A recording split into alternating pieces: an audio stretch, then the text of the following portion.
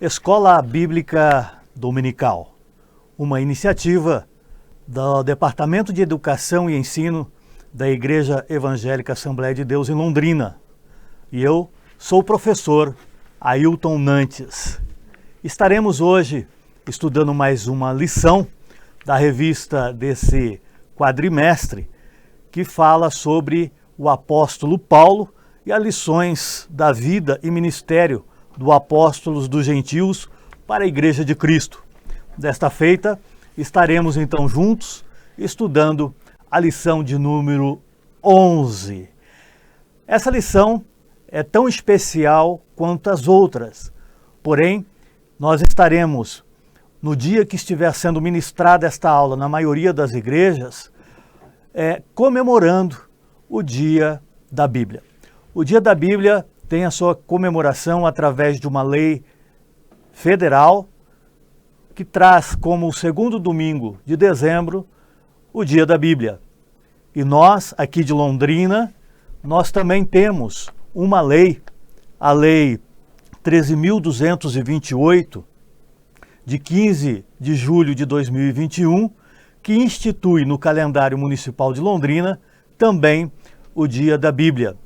E você vai estar percebendo, você que é de Londrina, que durante esta semana estará havendo, ou está havendo, uma movimentação muito especial para a comemoração deste dia em função desta lei, a Lei 13.228 do município de Londrina. Pois bem, hoje nós estaremos conversando então sobre a lição 11, que traz como título o zelo do apóstolo Paulo pela sã doutrina.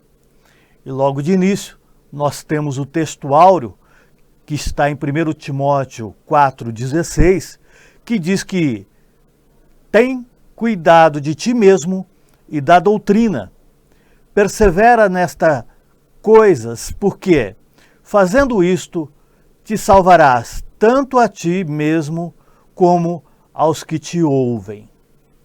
Pois bem, como o próprio título da lição nos traz a informação, o apóstolo Paulo tinha uma preocupação muito grande com o zelo da palavra, porque no seu tempo, no seu momento, ele já estava percebendo algumas movimentações que traziam informações, que traziam algumas doutrinas que não era oriunda da doutrina ensinada por Cristo e pelos apóstolos. Então Paulo já traz essa preocupação porque ele já sentia naquele momento. E com o passar do tempo, com a história da igreja, nós podemos perceber que essa preocupação de Paulo é bastante atual, é bastante contemporânea ao nosso viver. Por isso, esta lição tão importante que você, professor, que você, professora, deve tratar com muito zelo e levar para os seus alunos na escola dominical. Pois bem, nós sabemos que o ser humano, por natureza, ele necessita de regramento. Nós podemos ver que lá no Jardim do Éden, mesmo antes do homem e da mulher pecarem, mesmo antes deles saírem do paraíso e perderem a chamada inocência, eles tinham um certo regramento, porque ao criarem, Deus disse a eles do fruto que eles podiam comer e do fruto que eles não poderiam comer. Era um regramento. Então o homem foi criado com esse regramento. Nós temos isto desde o início. Precisamos obedecer um regramento. E obviamente que para nós o melhor regramento é aquele que vem da parte de Deus.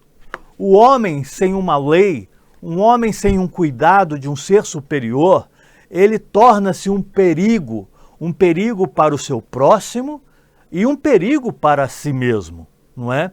Eu costumo fazer uma analogia, logicamente que não estou comparando aqui o homem com o animal, mas para termos uma ideia, o animal não tem noção de leis, de regramentos, e às vezes o animal ele acaba machucando a si mesmo, sem ter noção.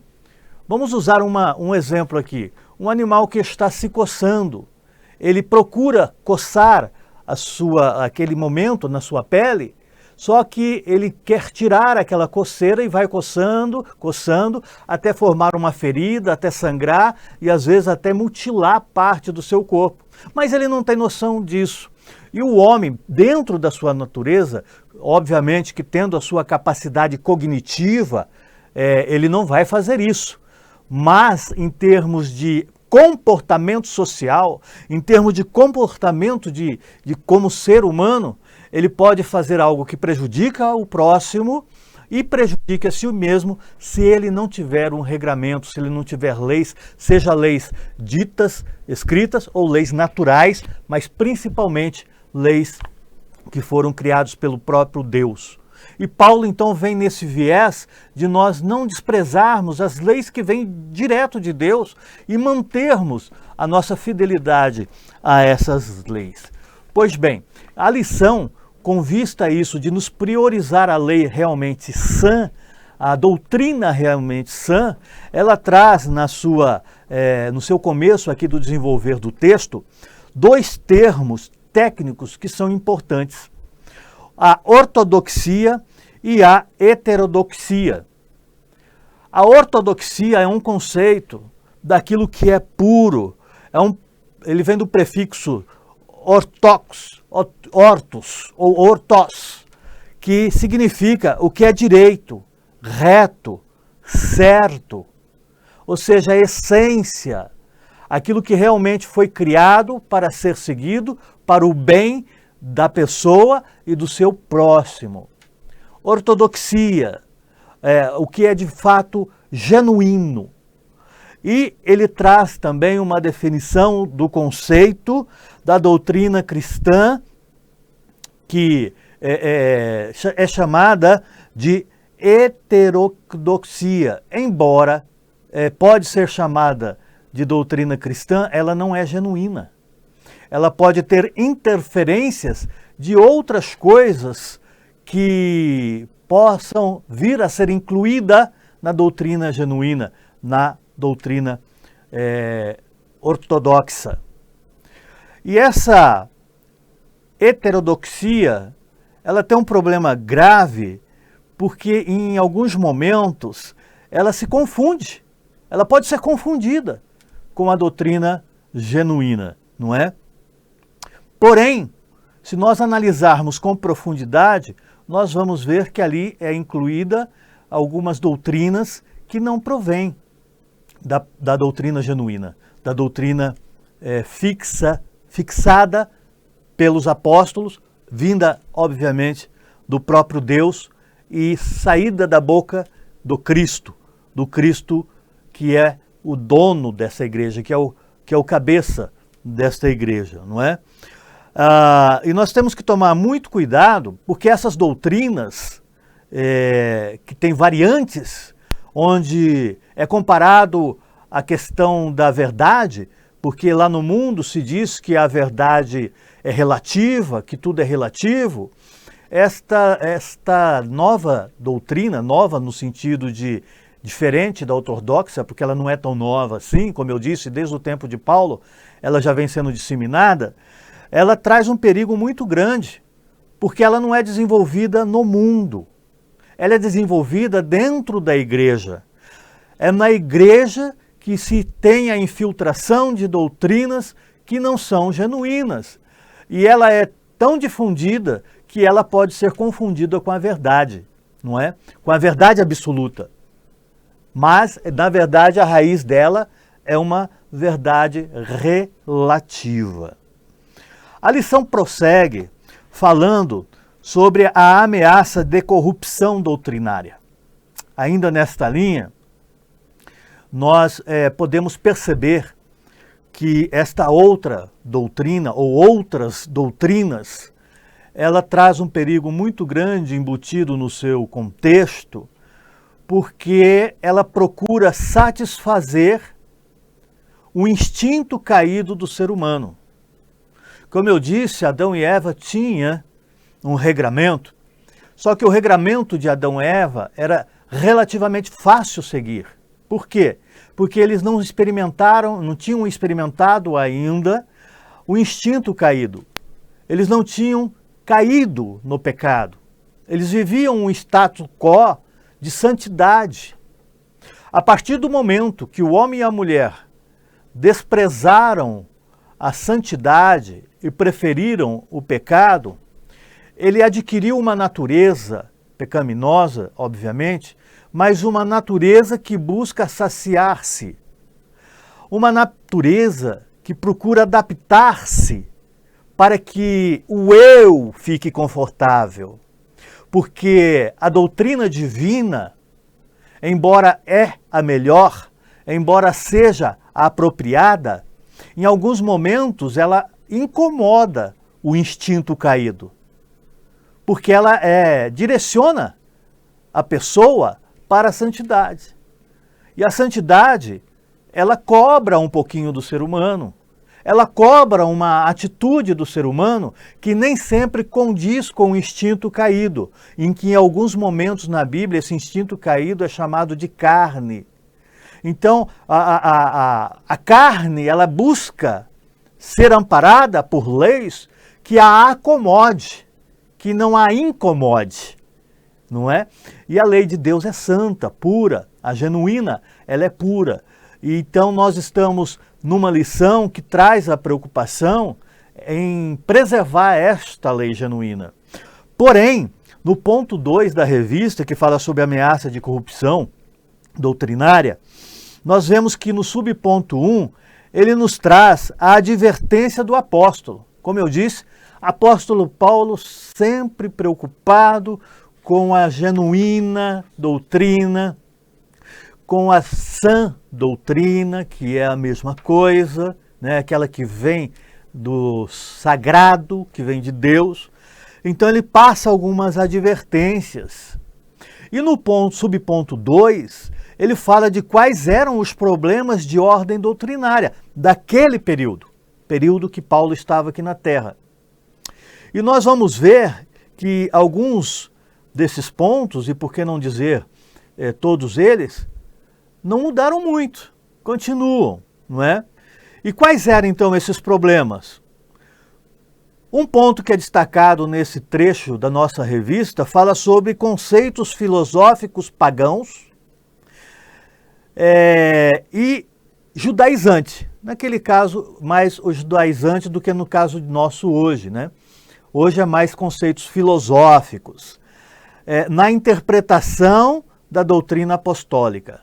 Então, existe a possibilidade de se pegar a doutrina apostólica e, em cima da doutrina apostólica, apostar um entendimento, um conceito filosófico para trazer aquilo para a nossa igreja, para dizer, não, meus irmãos, tem esse conceito filosófico aqui, que ele é mais tranquilo.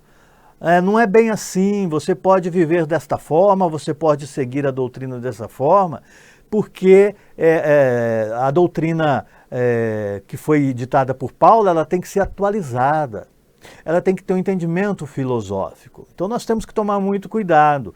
E tem também o conceito filosófico pagão, que é o pior ainda, né? Ou seja, trazer aquelas questões do mundo, seja na questão filosófica, religiosa, cultural, e trazer para dentro da igreja, confundindo a raiz, confundindo a verdadeira doutrina cristã. E o que acontecia no tempo de Paulo era justamente isso. Alguns vinham do mundo, ou até mesmo da teologia, do segmento da doutrina judaica, e queria implantar na igreja aqueles conceitos, não é? Hoje nós temos também alguns casos, obviamente, mas um pouquinho diferente na sua ação, ou no seu contexto, ou no seu conceito, mas ainda temos. Então temos que tomar um cuidado muito grande. E o texto fala também que outros traziam uma bagagem religiosa do legalismo judaico, como nós dissemos, aliado ao gnosticismo. O gnosticismo, que era uma crescente naquela época, não é? Que trazia doutrinas totalmente diferentes do que estava sendo ensinado por Paulo e pelos outros apóstolos. No subponto 3, ele traz também a informação sobre fábulas e genealogias intermináveis. Sabemos que os judeus prezavam muitas questões da genealogia e dentro do contexto literário, judaico, isso tem uma importância muito grande, não tenha dúvida. Para nós também, do ponto histórico, é muito importante, porém, nós sabemos que a igreja ela tem uma raiz diferente, ela tem uma origem diferente, embora tenha os mesmos princípios cristãos, os princípios do Deus verdadeiro, do Deus único, mas a raiz é diferente. Então nós precisamos tomar muito cuidado com esta questão da interferência externa, da interferência da doutrina não cristã dentro da igreja. No ponto 3, vem falar sobre a igreja como guardiã da sã doutrina. Nós podemos perceber que no subponto 1, nós trataremos sobre a igreja é coluna e firmeza da verdade. A igreja, antes da igreja, como é de conhecimento de vossas senhorias, dos irmãos, das irmãs, dos jovens, dos adolescentes que estão assistindo esse vídeo, a igreja ela teve a sua figuração, a sua figura, através do tabernáculo que foi feito no deserto por Moisés, através depois do tabernáculo do templo de Salomão, não é? Que é uma figura da igreja, através das sinagogas no tempo de Jesus, não é? E um pouco antes, quando Israel foi para o exílio, lá criou-se então a questão das sinagogas e ela permaneceu depois que eles retornaram, e Jesus mesmo pregou em algumas sinagogas, não é? Mas é uma figura da igreja. E depois então, com a vinda de Jesus ao mundo, foi instituída a igreja, não é? Pelo próprio mestre. Instituída a igreja, e a igreja então passou, a partir daí, ser a guardiã da palavra de Deus. Eu costumo muito fazer uma analogia com o tabernáculo criado pelo Moisés, não é? Pelo servo do Senhor chamado Moisés no deserto, que o próprio Deus orientou ele a colocar cortinas em volta do tabernáculo. E essas cortinas tinham várias funções.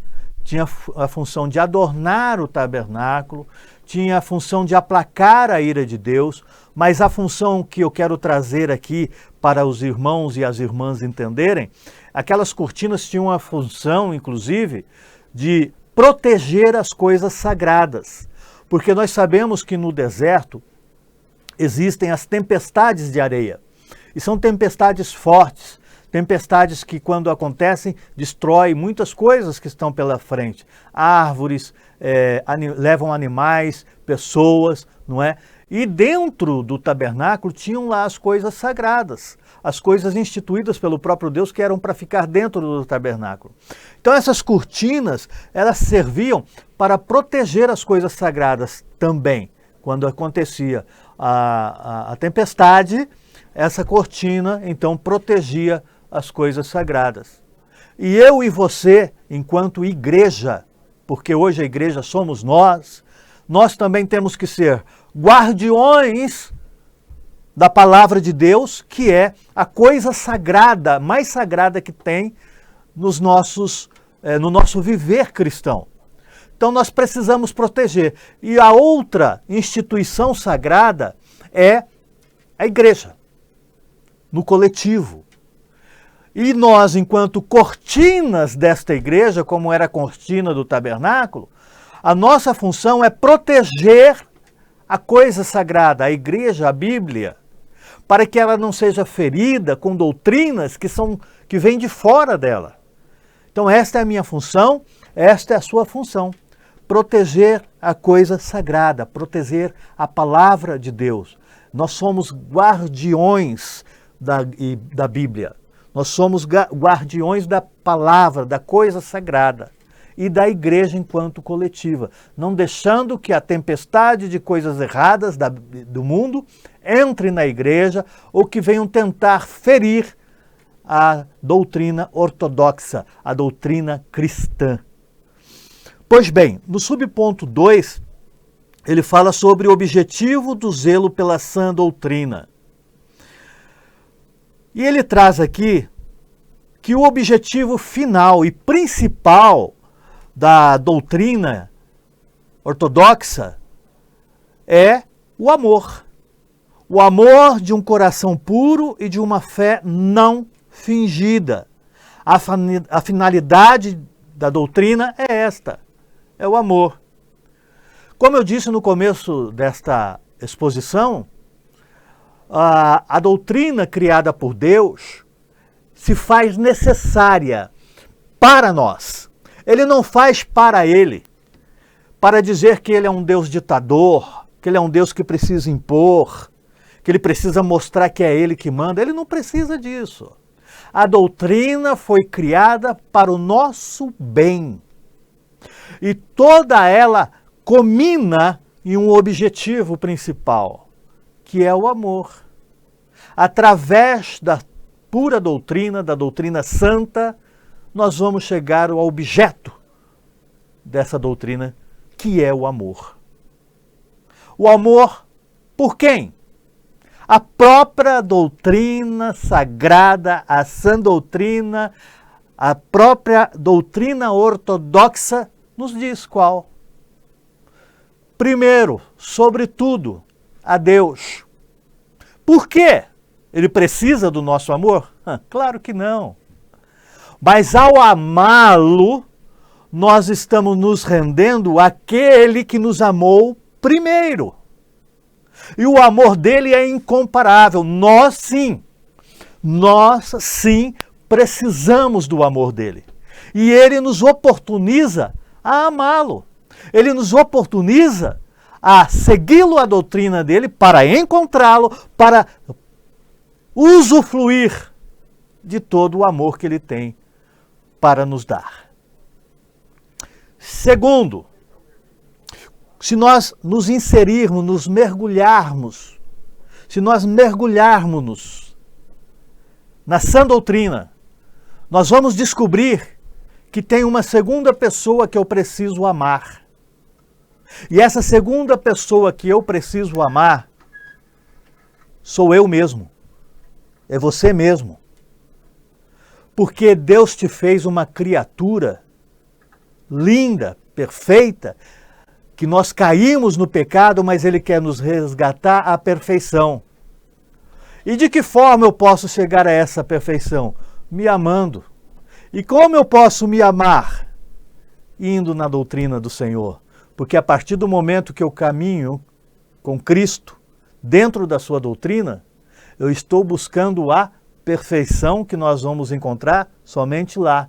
Mas é um processo. E dentro desse processo eu vou caminhando, e você vai caminhando para a perfeição. E o dia que nós formos perfeitos, nós vamos ter a felicidade perfeita que todo mundo busca. Que todo mundo busca. Mas só existe um jeito. Só existe um caminho. E o caminho é a doutrina que o próprio caminho deixou. Jesus Cristo. E a sua lei. E por terceiro, e que é fundamental, através da doutrina genuína, nós vamos amar o nosso próximo. O nosso próximo nós vamos amar como nós nos amamos a nós mesmos. Ou seja, nós precisamos nos amar e da mesma proporção, na mesma altura, no mesmo conteúdo, na mesma ênfase, amar o nosso próximo. E nós devemos amar o nosso próximo no sentido de trazer ele para perto da gente e do próprio Cristo, ensinando para ele que a verdadeira doutrina vai fazê-lo muito feliz, vai levá-lo para uma vida plena e que ele também vai encontrar com o Senhor um dia, onde ele vai ser feliz. Porém, para tanto, existe um caminho. Quem é o caminho? Jesus Cristo. Como segui-lo? está na doutrina genuína que ele nos deixou. Nós estamos vivendo em momentos, me perdoa, que o individualismo está impregnado em nossas vidas. A partir da queda do homem, o homem vem se distanciando de Deus e do seu próximo e vivendo uma vida individual, pensando no eu, só que pensando errado, indo para o alvo errado, criando dogmas que ele pensa, se convence que através daqueles dogmas ele vai ser feliz. É o individualismo. Mas a doutrina santa, a sã doutrina, nos ensina que não, que nós devemos priorizar o amor a Deus, a si mesmo e ao próximo. O texto áureo que nós lemos diz que se nós perseverarmos na doutrina, nós estaremos salvando tanto a nós mesmos como aos que nos ouvem. Mas não basta só falar, tem que amar. Não basta eu chegar para uma pessoa e querer que ela vá para o céu só para cumprir uma obrigação eclesiástica. Não. Eu quero que você vá para o céu porque eu te amo, porque a minha Bíblia, a doutrina ortodoxa me ensina que eu preciso te amar e preciso te ajudar a entendê-la para você também ir para o céu. O subponto 3 do ponto 3 fala sobre a primazia do amor. Resumindo o que nós já falamos até agora, o fim do mandamento é o amor. 1 Timóteo 1:5. Na Epístola Paulina, o combate nunca é contra pessoas, mas contra as ideias que elas representam. Nós não somos e não podemos ser contra a pessoa que rouba, a pessoa que mata, a pessoa que comete as atrocidades. Nós temos que ser contra o que ela pratica, mas amá-la e tentar, através da sã doutrina, trazê-la para o caminho do Senhor. Que Deus te abençoe, professor, que Deus te abençoe, professora, e que você possa ter uma aula profícua e que os teus alunos possam entender que não existe nada mais doce e melhor e que nos leva para o céu do que a sã doutrina. Que Deus te abençoe. A todos, a paz do Senhor.